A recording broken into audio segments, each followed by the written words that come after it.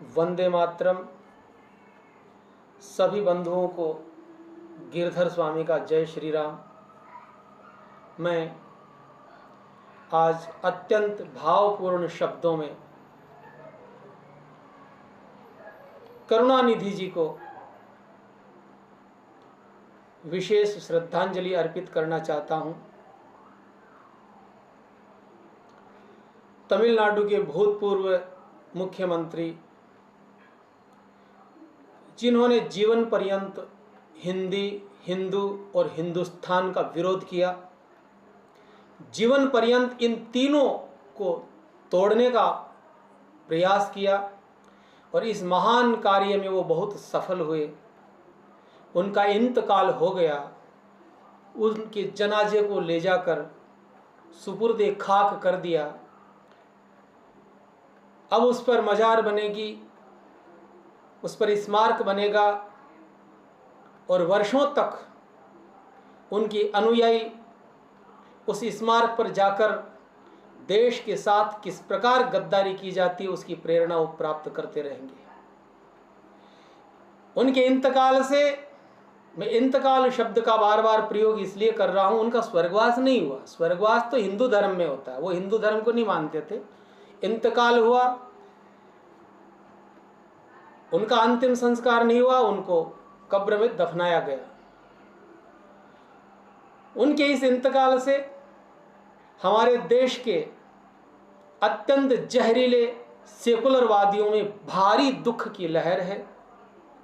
बहुत से बड़े बड़े नेताओं ने अपने अपने शब्दों में, अपने अपने ढंग से उनको श्रद्धांजलि अर्पित की है, अपने अपने भाव प्रकट किए हैं। प्रखर राष्ट्रवादी महात्मा पूज्य आचार्य स्वामी धर्मेंद्र जी महाराज ने भी अत्यंत विनम्र और सभ्य भाषा में अपने विचार प्रस्तुत किए। उत्तर प्रदेश के मुख्यमंत्री योगी जी ने भी अपने विचार प्रस्तुत किए कि उनके मरने से देश को भारी क्षति हुई है। प्रधानमंत्री नरेंद्र मोदी जी भी उनकी अर्थी पर सुगंधित फूल चढ़ाने के लिए, श्रद्धांजलि अर्पित करने के लिए गए। सबसे भारी और सबसे भावुक शब्दों में, बहुत वजनदार शब्दों में जिन्होंने श्रद्धांजलि अर्पित की, वो है सोनिया देवी जी। जिन सोनिया देवी जी ने भारतीय राजनीति को, कांग्रेस पार्टी को राहुल गांधी जैसा महान रत्न प्रदान किया। उन्होंने कहा कि करुणानिधि जी मेरे ऊपर विशेष दया रखते थे और वो मेरे पिता समान थे। दुखी मैं भी हूं, मैं भी अपने शब्दों में उनको श्रद्धांजलि अर्पित करूंगा, लेकिन मैं उनके जीवन के विषय में आपको कुछ प्रकाश डालना चाहता हूं। वो क्या थे? बहुत प्रतिभावान व्यक्ति थे, फिल्मों में काम करते थे, पिक्चर के हीरो थे, महान साहित्यकार थे, बहुत बड़े लेखक थे।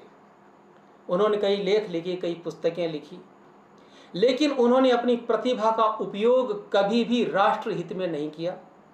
जब भी उन्होंने अपनी जहरीली वाणी में कुछ लिखा तो हिंदुओं के खिलाफ लिखा, हिंदुस्तान के विरुद्ध लिखा। जो भी उन्होंने पुस्तकें लिखी, कभी भी राष्ट्र हित में, इस देश को संगठित करने के लिए, भारत को अखंड बनाने के लिए उन्होंने एक भी विचार अपने उन लेखों में नहीं लिखी। जीवन पर्यंत उन्होंने हिंदू धर्म का विरोध किया। मैं शुरुआत करता हूं, फिल्मों के वो हीरो थे, पिक्चर के हीरो थे, और हमारे देश के फिल्मों के हीरो हीरोइन कितने चरित्रवान हैं, कितने आदर्शवादी है, ये मुझे कहने की आवश्यकता नहीं, आप सब लोग जानते हैं। और उसी आदर्श को प्रस्तुत करते हुए करुणानिधि साहब ने भी 3 शादियां की। मुझे लगता है करुणानिधि से ही प्रेरणा लेकर शशि थरूर ने भी 3 शादियां की, बची एक भी नहीं। 14 वर्ष की उम्र से करुणानिधि जी राजनीति में उतरे। उनकी आंखों को अंग्रेजों ने पहचाना। अंग्रेज जानते थे कि यही व्यक्ति हमारा काम कर सकता है। और 14 वर्ष की उम्र जब करुणानिधि जी की थी, उस समय अंग्रेजों की सत्ता थी और अंग्रेजों ने करुणानिधि जी को अपना एजेंट बनाया। और जब तक अंग्रेज इस देश में थे, करुणानिधि जी अंग्रेजों के एजेंट बनकर के काम करते रहे। अंग्रेजों को डर था कि अगर देश में हिंदी भाषा का प्रचार हो गया तो देश एक हो जाएगा, क्योंकि हिंदी यहाँ की संपर्क भाषा है। तो दक्षिण और उत्तर भारत को कैसे काट करके रखा जाए, दक्षिण भारत में कहीं हिंदी का प्रचार ना हो जाए, इसलिए अंग्रेजों ने प्रोजेक्ट किया करुणानिधि जी को। और करुणानिधि जी ने आजीवन हिंदी भाषा का विरोध किया। हिंदी भाषा के खिलाफ उन्होंने आंदोलन छेड़े रखा अंतिम समय तक। आज जो दक्षिण भारत में हिंदी का प्रचार प्रसार नहीं हो पाया, वो पूरा का पूरा मेहनत, पूरी की पूरी देन, ये महान कार्य करुणानिधि जी ने किया। अंग्रेजों के खिलाफ तो कभी बोलने का सवाल ही नहीं था। कभी भी उन्होंने स्वतंत्रता संग्राम में अंग्रेजों का विरोध नहीं किया, क्रांतिकारियों का उन्होंने साथ नहीं दिया। वो अंग्रेजों के वफादार बने रहे। देश की आज़ादी के बाद में वो सक्रिय राजनीति में उभरे, कई बार मुख्यमंत्री बने। और जब वो मुख्यमंत्री बने, उन्होंने उसके बाद में ईसाई मिशनरी संस्थाओं के वो एजेंट बने, उनके वफादार बनकर उन्होंने काम किया। दक्षिण भारत में पुरजोर तरीके से उन्होंने हिंदू धर्म का विरोध किया, ईसाई धर्म का उन्होंने प्रचार किया, मजहब का प्रचार किया। आज जितनी मात्रा में ईसाइयत का प्रचार दक्षिण भारत में है, वो पूरा श्रेय करुणानिधि जी को ही जाता है। वो तो भला हो कि भगवान ने समय पर जयललिता को भेज दिया, और जयललिता यदि नहीं आती तो अब तक पूरे दक्षिण भारत को करुणानिधि जी ईसाईकरण के रंग में रंग देते। जो स्थिति आज नागालैंड, अरुणाचल प्रदेश की है, वो स्थिति दक्षिण भारत के राज्यों की हो जाती, लेकिन वो सफल नहीं हुए। ईसाई धर्म से उनको इतना प्रेम था, ईसाई मजहब से उनको इतना प्रेम था, सपरिवार तीनों पत्नियों के जहाँ जहाँ उनके बच्चे हुए, सपरिवार अपने अनुयायियों के साथ उन्होंने ईसाई मजहब को स्वीकार किया। और इतना प्रेम उनको ईसाई मजहब से था, उन्होंने अपने बच्चों के नाम भी ईसाई मत पर रखे। बड़े बच्चे का नाम उन्होंने स्टालिन रखा, जो कम्युनिस्टों के सबसे बड़े नेता स्टालिन थे, वो नाम उनको पसंद आया। लेकिन करुणानिधि जी अपना नाम नहीं बदल पाए। जब आपको हिंदी भाषा से इतना विरोध है, हिंदू धर्म से इतनी नफरत है, तो फिर अपना नाम भी चेंज करना चाहिए था। अपना नाम लेनिन, माओ कुछ भी रख सकते थे, हिटलर रख सकते थे, कोई सेकुलर नाम रखना चाहिए था।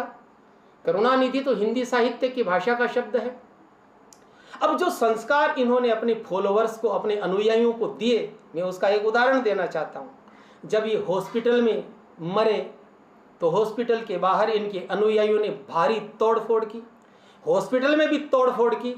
इतना देश प्रेम इन लोगों के मन में है, तो आप सोचिए इनकी मानसिकता क्या रही होगी।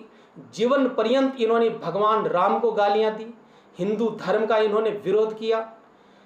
राम सेतु को तुड़वाने का पूरा काम आदरणीय करुणानिधि जी ने किया, लेकिन राम सेतु टूटा नहीं, भगवान की कृपा थी, उसमें ये सफल हो नहीं पाए। राम जन्मभूमि आंदोलन का इन्होंने विरोध किया, लेकिन हाँ, नाम करुणानिधि है। 7 लाख कश्मीरी पंडितों को मार मार कर भगाया गया, इनकी करुणा फूटी नहीं, आंख में आंसू नहीं आए। इतनी गायों की हत्या देश में हो रही, कभी इनके मन में करुणा नहीं आई, दया नहीं आई। कितने मंदिर तोड़े गए। केरल में हिंदू लोगों को, संघ के लोगों को चौराहों पर आज भी गोली मारी जाती, कभी भी इनको करुणा नहीं आई। जब जब हिंदू धर्म को कोई आघात पहुंचता, हिंदू समाज के लोग मारे जाते, उन पर अत्याचार होता, ये मिठाइयाँ बांटते थे, खुशी मनाते थे। इतने महान आत्मा थे हमारे करुणानिधि जी। उनके लिए योगी जी ने बोला है कि बहुत ही भारतीय राजनीति को क्षति पहुंची है इनके मरने से। अब मेरे को ये समझ में नहीं आता कि जब इनको हिंदुस्तान से कोई प्रेम नहीं था, कभी जीवन में इन्होंने भारत माता की जय नहीं बोली, वंदे मातरम का तो ये हमेशा विरोध करते थे, वंदे मातरम बोलने का तो सवाल ही पैदा नहीं होता। अब कौन सा नुकसान हो गया, कभी मैं योगी जी से मिलूंगा तो उनसे पूछूंगा कि कम से कम अपने भगवा कपड़ों की तो लाज रखते, आप तो स्पष्टवादी व्यक्ति हो। सोनिया देवी जी ने कहा ये मेरे पिता समान है, बिल्कुल सही कहा, क्योंकि दोनों के एक लक्ष्य है। सोनिया जी का जो लक्ष्य है वही लक्ष्य करुणानिधि जी का था, इस देश को तोड़ना, यहाँ पर पूरे देश का ईसाईकरण करना। बिल्कुल एक जैसे दोनों के सिद्धांत है। उन्होंने जो कुछ कहा बिल्कुल ठीक कहा। भारी शोक की लहर है, देश में लोग उनके लिए रो रहे हैं जो उनकी विचारधाराओं के। दुख मेरे को भी है, मैं भी परेशान हूं, मैं इसलिए दुखी हूं। मरना तो एक दिन सबको है। मेरी भाषा शायद आप लोगों को अच्छी ना लगे, मेरे गुरुदेव को अच्छी ना लगे, वो नाराज हो सकते हैं। किसी के मरने के बाद में ये भाषा नहीं बोलनी चाहिए, लेकिन जिस प्रकार से उनको महिमा मंडन किया जा रहा है तो मेरे जैसा आदमी चुप नहीं रह सकता। स्पष्टवादिता मेरी नस नस में भरी हुई है। जो भी देश के गद्दार हैं, जो हिंदू धर्म के विरोधी हैं, मैं कभी भी उनके लिए संसदीय भाषा का प्रयोग नहीं कर सकता। दुख मेरे को भी है, उनके इंतकाल का श्रद्धांजलि मैं भी दूंगा। मरना सबको है और मरने के बाद में ज्यादा दुखी होने की जरूरत नहीं, एक दिन हम भी मरेंगे। लेकिन मुझे दुख इस बात का है कि हे करुणानिधि जी, आप अकेले क्यों मरे? आपके जैसे और भी इस देश में कई लोग हैं आपकी विचारधाराओं के। भारत माता की छाती पर वो अनाज पीस रहे हैं, धरती के बोझ बने हुए हैं, आप उनको लिए बिना अकेले क्यों गए? मुझे इसी बात का दुख है। मैं नाम लेना चाहूं, स्वामी अग्निवेश, प्रमोद कृष्णम जी, जिग्नेश मेवाणी, हार्दिक पटेल, कन्हैया कुमार जो नवोदित गद्दार है, भारत तेरे टुकड़े होंगे इंशाअल्लाह इंशाअल्लाह, ममता खातून बंगाल की मुख्यमंत्री, दिग्विजय सिंह जी, ये जो आपकी विचारधाराओं से अत्यंत प्रेम रखने वाले लोग थे, अगर आप इनको भी अपने साथ लेकर के जाते तो इस भारत भूमि का वजन कम होता, देश का कितना भला होगा। मैं भी करुणानिधि जी को विनम्र श्रद्धांजलि देता हूं। भगवान श्री राम से प्रार्थना करता हूं कि हे प्रभु, करुणानिधि जी की आत्मा को शांति प्रदान करना, और जितने भी उनकी विचारधाराओं के लोग इस देश में हैं उनको भी जल्दी उनकी सुन लो, अपने चरणों में उनको बुला लो। और हे प्रभु, आपसे बार बार निवेदन है, इस भारत देश पर कृपा करो, इस प्रकार के लोग अब इस देश में भेजना बंद करो भगवान।